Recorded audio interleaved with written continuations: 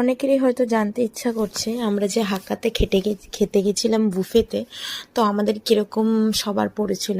Actually ওখানে per head 900 করেছিল, মানে 899, মানে 1 টাকা কম। যাই হোক, তো আমাদের যেহেতু বাচ্চারা 4-5 জন ছিল, আমরা টোটাল 14 ছিলাম।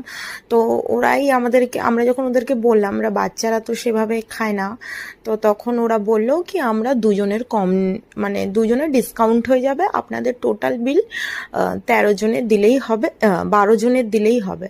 তো আমরা সেই বেসিসে আমাদেরও সুবিধা হয়েছে।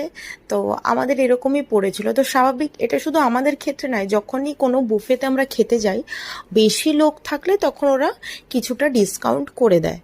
ঠিক আছে, তো হাক্কার খাবার মোটামুটি চাইনিজের উপর ভালোই ছিল, খুব যে আহামরি ছিল তা না, কিন্তু বুফেতে সবসময় যে খুব ভালো খাবার থাকে সেটাও নয়, কিন্তু খাবার মোটামুটি খাবার ছিল আর টেস্টফুলও ছিল।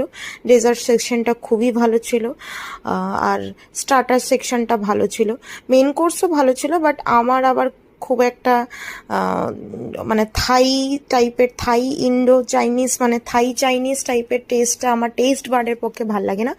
এমনি নর্মাল আমার খুব ভালো লেগেছে, খাবার সত্যি ভালো ছিল। তোমরা যখন সবাই যাবে, সবাইকে একবার ট্রাই। আমাদের খাবার শেষ, মোটামুটি আমরা শেষ পর্যায়ে, সবাই এখন টুকটাক জিনিস খাচ্ছে। এই যে আমার ছোটরা বসে আছে, অলমোস্ট ডান। আমরা হাক্কাতে খাচ্ছি, বুফে ভালো খাইয়েছে। আপনারাও আসবেন, একবার ট্রাই করবেন, আশা করছি ভালো লাগবে। আমরা আজকে বিজয় সম্মেলনী করার জন্য